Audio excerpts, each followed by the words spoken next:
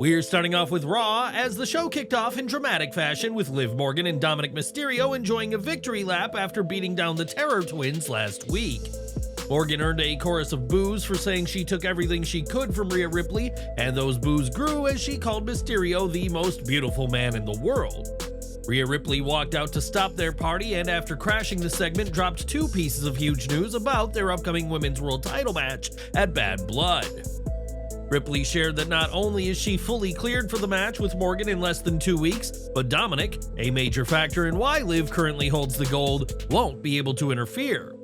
She revealed that Adam Pearce decided that the title match at Bad Blood would have a specific stipulation where Dominic Mysterio would be trapped above the ring in a shark cage. The Eradicator then rocked Morgan with a ferocious headbutt that rocked the champion, leaving Morgan reeling and her dom-dom to check on her. WWE's latest shark cage on the main roster occurred back in SummerSlam 2017 when Big Cass took on the Big Show with Enzo Amore suspended above the ring. During the match, Amore was able to sneak through the bars of the cage and enter the fracas, and we're sure Dominic will try and do something to aid Morgan in this title match. What do you think of this stipulation? Will it keep Dominic at bay, or could he still find a way to influence the outcome? Share your thoughts and predictions down below. While this shark cage stipulation will be exciting to see, it wasn't entirely a surprise to fans, as WWE accidentally spoiled Rhea's announcement before she made it on Raw.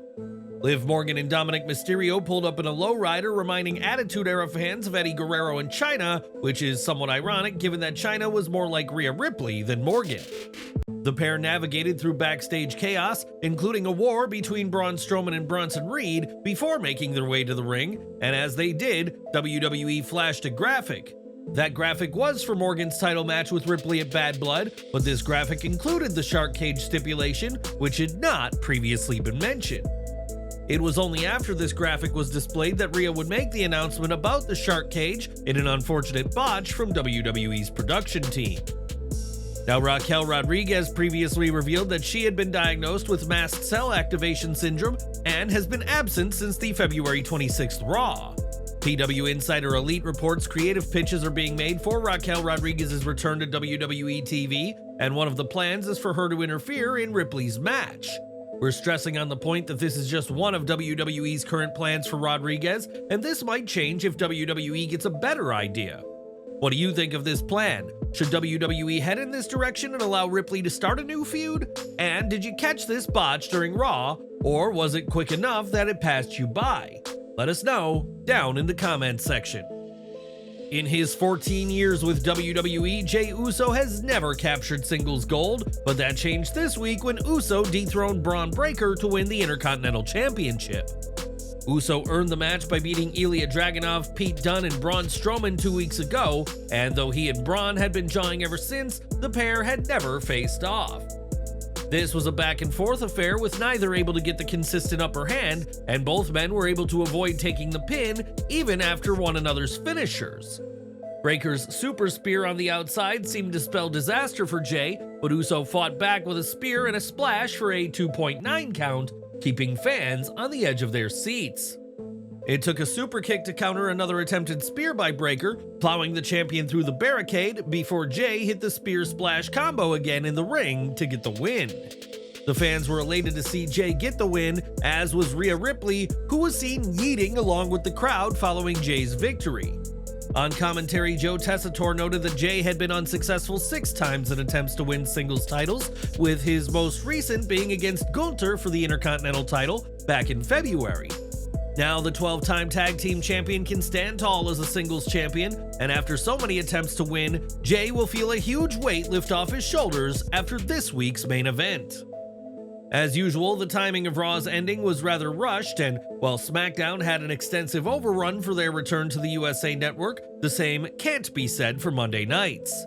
Jey's title celebration was cut short as the show came to an end while he was celebrating with fans who cheered him, but the celebration continued after the show. Jey broke down in tears as the crowd chanted "You deserve it," and with several wrestlers online also congratulating Uso, this is a title win many in and out of WWE have been waiting on for a long time. On September 25th, Netflix's docuseries Mr. McMahon will release on the streaming giant, promising an in-depth look at one of wrestling's most controversial figures. This 6-part series has been in development for years and is releasing amid legal and personal controversies for McMahon, including allegations of sexual trafficking. Ahead of the premiere, Vince McMahon took to Twitter to issue a rare public statement, surprising fans, as the ex-WWE CEO has been relatively quiet since his exit from the promotion. McMahon suggests that the docuseries misses the mark and criticized the producers for using editing tricks and omitting key details. He writes, "I don't regret participating in this Netflix documentary. The producers had an opportunity to tell an objective story about my life and the incredible business I built, which were equally filled with excitement, drama, fun, and a fair amount of controversy and life lessons. Unfortunately, based on an early partial cut I've seen, this doc falls short and takes the predictable path of conflating the Mr. McMahon character with my true self, Vince. The title and promos alone make that evident." McMahon adds that the doc uses footage out of context, especially concerning a lawsuit based on an affair, which he feels was done to strengthen the idea that he's just like his WWE persona. A lot has been misrepresented or left out entirely in an effort to leave viewers intentionally confused. The producers use typical editing tricks with out-of-context footage and dated sound bites to distort the viewer's perception and support a deceptive narrative. Despite McMahon's criticisms, fans remain eager to see how these 6 one-hour episodes present his complicated legacy, and the reviews to his statement have been mixed. Some have suggested that these comments are essentially damage control on McMahon's part ahead of more negative revelations from the series. Whether there's more shocking reveals to come, we'll know soon enough, and whatever this series reveals, it'll no doubt prove to be must-see content for wrestling fans. And Callis, the attorney of Janel Grant, has issued a statement of her own in which she criticizes McMahon for categorizing his relationship with Janel Grant as an affair. She states, "Vince McMahon physically and emotionally abused, sexually assaulted, and human trafficked Janel Grant for more than 2 years. Calling his horrific and criminal behavior an affair is delusional and nothing more than a sad attempt to save his shredded reputation. Although Ms. Grant has not seen the Mr. McMahon docuseries, we hope it shines a bright light on his abhorrent and criminal actions by accurately portraying the realities of his abusive and exploitative behavior." This statement adds that Grant won't be silenced by McMahon any longer, and that the pair aim to hold to account all that are responsible for what Janel went through. Ms. Grant will no longer be silenced by McMahon. Her story, though deeply troubling and exceptionally painful, is one that can help other abuse survivors find their voices. We seek to hold McMahon, John Laurinaitis, and WWE accountable, and to give Ms. Grant her day in court. The lawsuit filed by Grant has been a focal point of growing legal scrutiny for McMahon, who in addition to this case, is being investigated in links to a criminal case by a federal grand jury. What's your take on Vince McMahon's statement about the Netflix docuseries? Will it reveal new insights or confirm what we already know? Let us know your thoughts in the comments.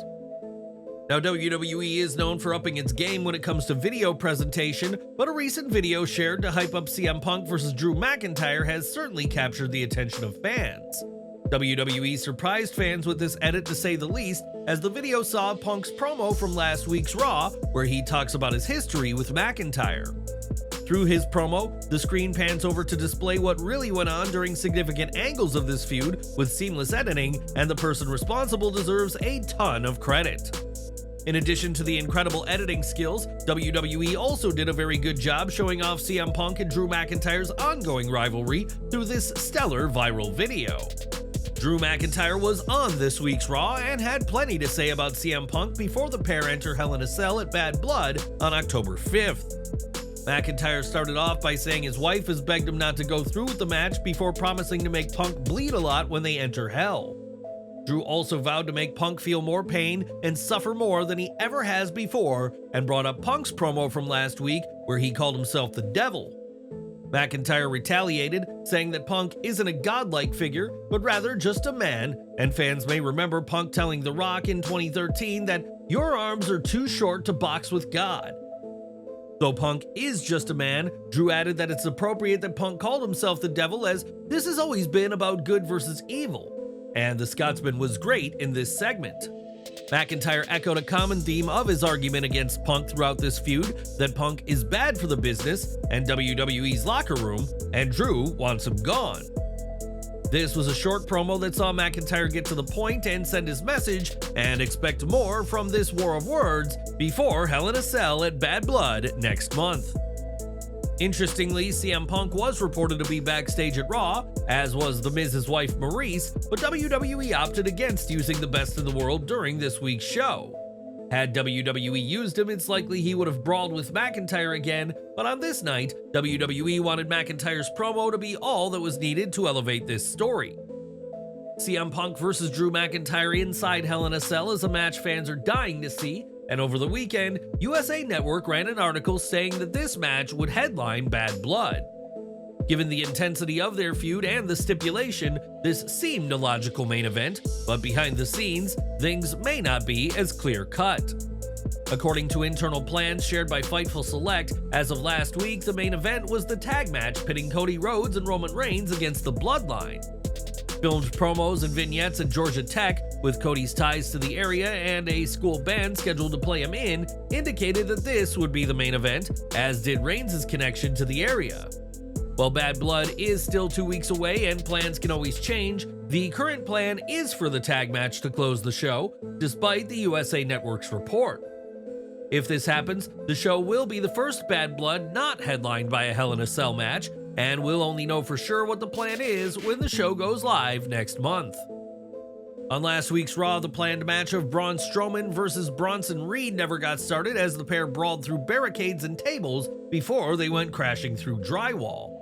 As we mentioned, the pair continued where they left off last week by brawling as Liv Morgan and Dominic Mysterio arrived to Raw, and they sent one another crashing through a merch stand.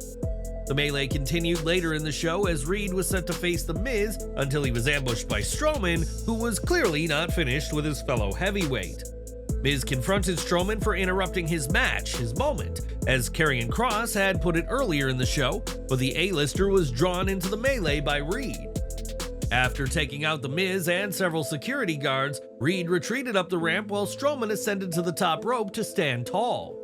Addressing the anarchy, Adam Pearce later announced that Reed and Strowman will meet next week in a last monster standing match that will prove to be heavy-hitting. But should WWE have booked this match for Bad Blood as opposed to Raw? Which monster do you want to see standing tall next week, and why? Give your thoughts down in the comments. From mid-January to March, Seth Rollins was sidelined with an injury that would prevent him from defending his World Heavyweight title on TV or at premium live events. Ahead of Elimination Chamber Perth, it was reported that the plan was for Rollins to be challenged by Bronson Reed, giving Reed a title shot in his native Australia. This would have likely been Rollins' final world title defense before WrestleMania, but his injury nixed these plans, and this week, Reed has confirmed that a match was in the plans. Speaking to 9.com.au, Reed said that he was supposed to face Rollins for the World Heavyweight title, and losing the chance to wrestle for a world title in Australia was a hard pill to swallow. It was tough. I've gone on record to say that match was set. The people that make the matches had told me I was facing Seth Rollins in Australia, which is dream stuff. Unfortunately, Seth got injured, and I never forgot that. Though he's no longer the champion, Rollins was destroyed by Reed on the post-SummerSlam edition of Monday Night Raw, writing the Visionary off of TV, and he's been missing ever since.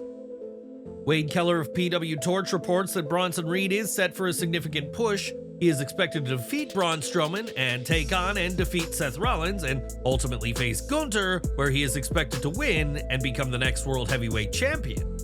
What's your opinion on Bronson Reed becoming the next World Heavyweight Champion? Share your thoughts in the comments below. Back in June, the Wyatt Six made their debut on Raw, but waited until August to make their in-ring debut, but their name has been a question for fans, given that they have 5 members. Some have argued that Bray Wyatt, though no longer with us, is the group's 6th member, but now the group may be about to get a very real 6th member from WWE's roster. During Raw, eagle-eyed viewers noticed a Lily doll, the kind Alexa Bliss used to carry with her during her partnership with Bray Wyatt and The Fiend. The doll was laying on a shelf in the background of a backstage segment with Liv Morgan and Dominic Mysterio, and fans have been rewarded in the past for keeping an eye out for clues. Bliss has long been rumored to be the group's sixth member due to her previous connection with Wyatt, The Fiend, as well as Uncle Howdy himself. While some fans mistook the doll for a Jey Uso shirt cast aside, that is not the case, as the colors and shape of the item in question makes it unmistakable that this is the demonic Lily. Howdy had teased something with Bliss back in January 2023, which was derailed when Bliss found herself pregnant and gave birth to her and Ryan Cabrera's daughter Hendrix that year. Bliss's recent social media activity, including videos of her training, has raised eyebrows, and with Lily at Raw, fans continue to speculate that Bliss's return will be with the Wyatt Six. On Raw, a new Wyatt Six vignette appeared in the final hour with eerie messages like "The words of the Red" and "You speak, we follow" appearing on the screen, alongside a new QR code. Scanning it takes fans to the recapitulation page on Uncle Howdy's Diary website, and clicking on the link marked "Remember" displays a distorted image of Eric Rowan and Braun Strowman. Clicking the word "elucidate" sends fans to an image of various coordinates, and the title of the image is "Sheem," an anagram for shame. Clicking between the two words gives a hidden image of Bo Dallas watching the TV, and there is also backward text revealing the message, "People only see what they are prepared to see." Clicking on the Nightbird brings up an audio clip of someone speaking in reverse, and reversing the audio gives fans a message that repeats the phrase, "We watch, we listen, we wait." The recapitulation page also includes a puzzle that, when solved, spells out the message, "It is another thing to meddle, and you are meddling." So the question now is, who exactly is meddling? And perhaps the tease of Braun Strowman isn't a tease bringing him into the group as an ally, but rather to face him as an enemy? Strowman had previously rejected Bray Wyatt's offer to return to his side in 2020, and as we've seen under WWE's new regime, they're more than happy to reference the superstar's past angles. As to whether Strowman is now the target of the group, or if it's someone else entirely, that remains to be seen. But what do you think all this means? Let us know down in the comments. More from Raw now, as during this week's show, a vignette aired that showed a symbol that could be a sign that a popular tag team is set to return. The vignette featured what looked like Nordic runes and instantly had fans speculating that the Viking Raiders will soon be back over a year after they last teamed together. Eric and Ivar's last match as a duo took place on September 15th, 2023, as Eric would have to undergo neck fusion surgery, and Ivar would enjoy a singles push after that. Unfortunately, Ivar has since suffered a neck injury of his own, but with details scarce about the injury in question, it's possible that both men are healed and making their way back to Raw. That is at least one interpretation of this vignette, but there is another, one that teases the debut of one of AEW's top tag teams. On social media, fans pointed out that the runes look like the letters P, R, and F, with many believing that this is a tease of the WWE arrival of Penta and Rey Fenix. It's been reported for some time that the duo are joining WWE, and while it was recently reported that the pair are still under AEW contracts, this vignette has called that report into question. But who do you think this vignette is for, the Lucha Bros or the Viking Raiders? Let us know your thoughts in the comments. Earlier this year, Hikuleo signed with WWE after an impressive run in New Japan, adding another wrestler with ties to the Anoa'i family to the company's roster. It's been previously reported that WWE planned on introducing Hikuleo at Survivor Series by costing Roman Reigns in War Games, but now plans may have changed. PW Insider Elite reports that Hikuleo has been added internally to the WWE NXT roster, a step that his brothers Tama Tonga and Tonga Loa didn't take when they joined WWE this year. It appears WWE wants to give Hikuleo more time to develop as a wrestler before he joins the main roster, though it's still possible that his main roster call-up will come at Survivor Series. Whatever the case may be, expectations are high for Hikuleo in WWE, and we'll just have to see what his role is as the Bloodline storyline remains as strong as ever. One member of this angle fans haven't seen lately is Paul Heyman, who was attacked by Solo Sikoa's Bloodline in June, but there are plans in place for his return. According to a report by the Wrestling Observer, Paul Heyman is expected to return to WWE TV as a face, but as to when he'll be back, that still depends on the right timing. Now, Shinsuke Nakamura has been with WWE since 2016, but fans haven't seen a whole lot of the King of Strong Style in the ring in 2024. Nakamura's most recent match on TV was back in April with a loss to Sheamus, and for his most recent win on WWE TV, that was all the way back on the February 12th episode of Raw. During his Q&A podcast on Fightful Select, Sean Ross Sapp shared that Nakamura's absence isn't due to health as he's doing fine, but just is not being used on TV at the moment. Nakamura has been working WWE's overseas tours, but there's no word on when he'll be back on TV, and with Raw set to move to 2 hours, chances for him on TV will soon be even slimmer. While the move to 2 hours will only be for the final months of 2024, it'll mean Nakamura and others won't get screen time and will be limited to live events and pre- and post-show dark matches. But what do you make of this? What do you think Shinsuke Nakamura should be doing? How do you think Raw's move to 2 hours will affect talent? Let us know down below. On October 1st, NXT will premiere on the CW, and anticipation is growing for the Gold brand's move, especially after the show got its own NASCAR vehicle. On Twitter, Cole Custer showed off the car, which features some of the Gold brand's top names, including NXT champion Ethan Page, NXT Women's champ Roxanne Perez, and Trick Williams. The CW premiere will once again see NXT work with TNA, as Zachary Wentz will face Wes Lee, but fans will also get to see the NXT-TNA partnership tonight on NXT's final show on USA. Rosemary and Wendy Chu will take on Carmen Petrovic and Brindley Reese in a tag team bout, further showcasing the growing relationship between TNA and NXT. TNA stars who have appeared for NXT include Jordan Grace, The Rascals, Hammerstone, and of course, Joe Hendry, which has certainly shaken up things on the Gold brand. On the other side, NXT stars including Charlie Dempsey, Wes Lee, Tatum Paxley, and Wendy Chu have appeared for TNA, leaving fans of that promotion excited to see what's next. During Fightful Select's Q&A, Sean Ross Sapp brought up an interesting note, as internally, WWE and TNA don't view this deal as a partnership, but rather as a talent exchange. Triple H has explained that WWE entered this deal because they want to give talent a new experience and valuable ring time on a different stage, and we'll have to see who's next. This talent exchange is the sort of thing that would never have happened under Vince McMahon, and like WWE's policy about talent taking acting gigs, the new regime has proven beneficial for the roster.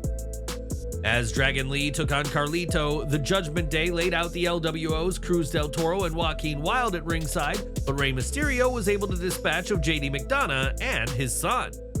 Lee scored the victory quickly after, and while it's always good to see the talented star get a win, we have to wonder what exactly is the Judgment Day's direction outside of their feud with the Terror Twins. In the night's opening contest, Sami Zayn defeated Ludwig Kaiser, continuing his pursuit of the World Heavyweight Championship and a match with Gunther. Speaking of the champ, Gunther made his way from the locker room dressed to compete, and though he teased giving Sami a title match, he once again denied the Canadian a coveted opportunity.